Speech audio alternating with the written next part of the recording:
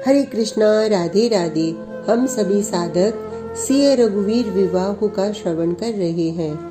आज का प्रसंग कौशल्यादि राम महतारी, प्रेम बिबस तन दशा विसारी। मैं वैदेही, मैं अयोध्या नगरी पहुंच गई।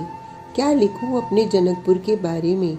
वहाँ की स्थिति तो अकल्पनीय थी। मेरे पिताजी अपने आप में नहीं थे। मैं पालकी में बैठी थी। पिताजी मुझे देखते, मेरे हाथों को पकड़ते, फिर मेरे रघुवर से कहते, इसका ख्याल रखना। चक्रवर्ती महाराज अपने रथ से उतरते और मेरे पिताजी का बड़े आदर पूर्वक कहते, अब आप जाइए विदेहराज। हाँ हाँ, मैं जा रहा हूँ। इतना कहकर वो रुक जाते। मेरी पालकी के पास चक्रवर्ती महाराज अपने रथ में बैठ जाते थे।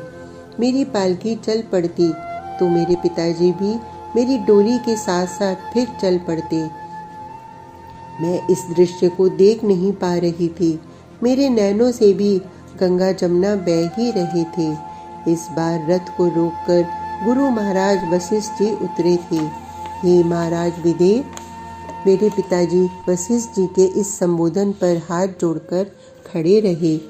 हे विदेह महाराज, पुत्री को तो विदा करना ही पड़ता है ना, यही रीत है। आप जैसे ज्ञानी को हमें समझाना पड़ रहा है। आप जाएं, लौट जाएं आप। हाँ, कष्ट होता है, अपने कलेजे को देने में कष्ट तो होता ही है।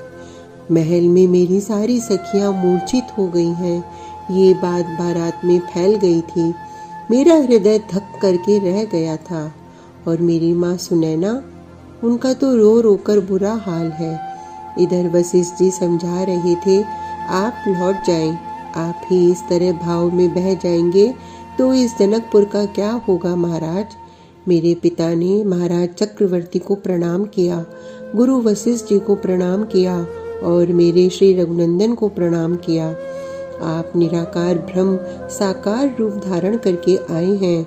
हे भगवान, मेरा ये परम सौभाग्य है। मेरा ही नहीं, मेरे जनकपुर का ये परम सौभाग्य है कि आप जैसे ब्रह्म स्वरूप को हमने अपना जामाता पाया। हे मुनिमन मानस हंस, बस इस जनकपुर को भी अपने हृदय में स्थान देते रहना, हमें भूलना मत। इतना कहते हुए मेरे पिताजी फिर भावुक हो उठे थे, पर इस बार जाने का इशारा स्वयं ने किया। वो समझ गए इस पुत्री के वियोग को तो सहना ही पड़ेगा। ये रीत है, पता नहीं कैसी रीत, कि पिता पाल पोस कर बड़ा करे। एक पाकर वृक्ष के नीचे खड़े रहे मेरे पिताजी, सब परिकरों के साथ। मेरी डोली चल पड़ी थी। आंखों में आंसू बहते रहे, अपलक नैनों से आंसू बहते रहे, मेरे और मेरे पिताजी के। मैं देखती रही और वो ओझल हो गए थे। अयोध्या नगरी सरजू निर्मल बह रही है।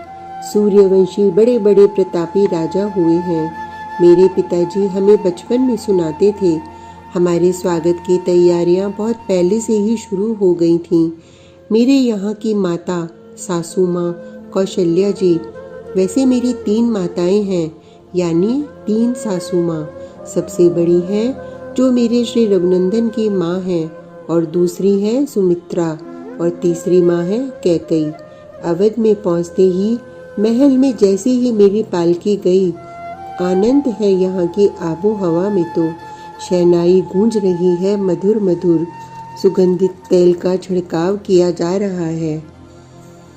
सुंदर सुंदर बंधनवार लगाए गए हैं। रंगोली बड़ी सुंदर निकाली है। मुझे उतारा गया। मैंने अपने पांव रखे थे इस अवध की भूमि में। मेरा मुखमंडल जल रहा है, पता नहीं क्यों। मेरा मुखमंडल कुमला रहा है, पता नहीं ये क्यों हो रहा है। मुझे चलना है। मेरी सासू माताएं आरती की थाल लेकर खड़ी हैं। मैं पालकी से उतरी और चलने लगी। मेरे पैरों में कुछ गड़ रहा है, पर मैं यहाँ किसे कहूँ, किससे कहूँ। मैं अपने आप को संभाले फिर चलने लगती हूँ, पर गड़ रहा है मेरे कुछ पाँव में। मैं किसे कहूँ। नहीं चला जा रहा। क्या हुआ सिया बहू, कोई दिक्कत है? मेरे पास आ गई थी मेरी पूज्य सास कौशल्या जी। नहीं, मैंने सिर हिलाया और फिर चलने का प्रयास करने लगी। मेरे ऊपर फूल बरसाए जा रहे थे। पर बहू बताओ क्या बात है, तुम्हारा मुख मुरझा रहा है और तुम चल भी नहीं पा रही हो। मेरी सासू माँ ने फिर मुझसे पूछा। देखो सिया बहू, मैंने तुम्हारे लिए ही तो ये कमल के पराग बिछाए हैं ताकि तुम्हारे सुकोमल पाँव में कुछ गड़े नहीं। माँ, ये पराग गड़ रहे हैं मेरे पाँव में। मुझे ये कहना ही पड़ा। क्या? चौंक गई थी मेरी सास कौशल्या जी। पराग गड़ रहा है? नीचे झुककर जब मेरी साड़ी को हटाकर मेरे पाँव में देखा कौशल्या माँ ने, तो फिर स्तब्ध हो गई थी। मेरे पाँव लाल हो गए थे उन पराग के कारण। गड़ रहे थे कमल फूल के पराग। पर मुख म्लान क्यों? चेहरा मुरझा गया है क्यों? मेरी सास ने फिर पूछा।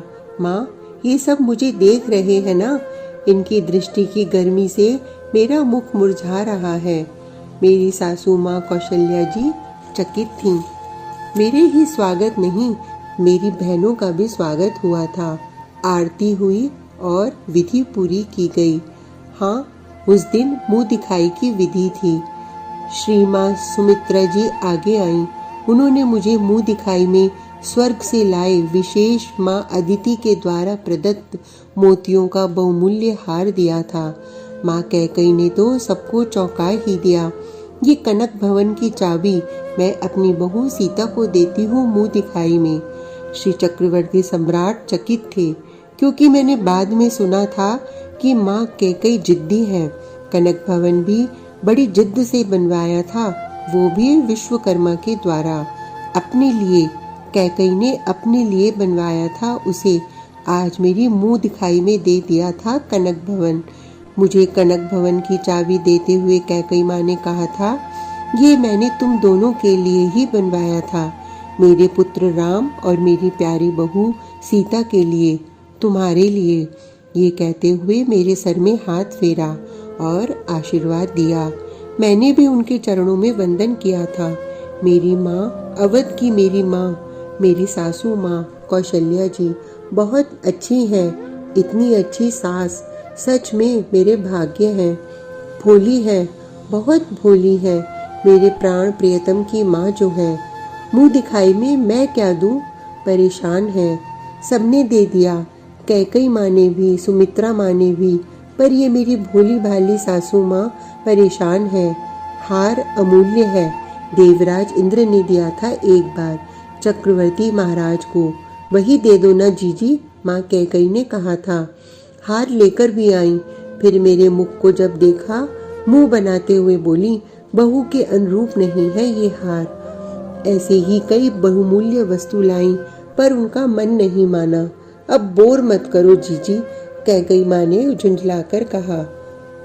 तब मेरी सासू माँ कौशल्या जी ने बिना समय गंवाए अपने पुत्र श्री राम का हाथ पकड़ा और मेरे हाथों में देती हुई बोली, बहू, तेरे अनुरूप मेरे पास मुंह दिखाई में देने के लिए कुछ नहीं है, इसलिए ये मेरे पुत्र राम को ही ले, यही है तेरे अनुरूप। ये कहते हुए श्री रघुनंदन का हाथ मेरे हाथों में दे दिया था मेरी सासू माँ कौशल्या जी ने। आज का प्रसंग इतना ही। कल तक के लिए हरे कृष्णा, राधे राधे।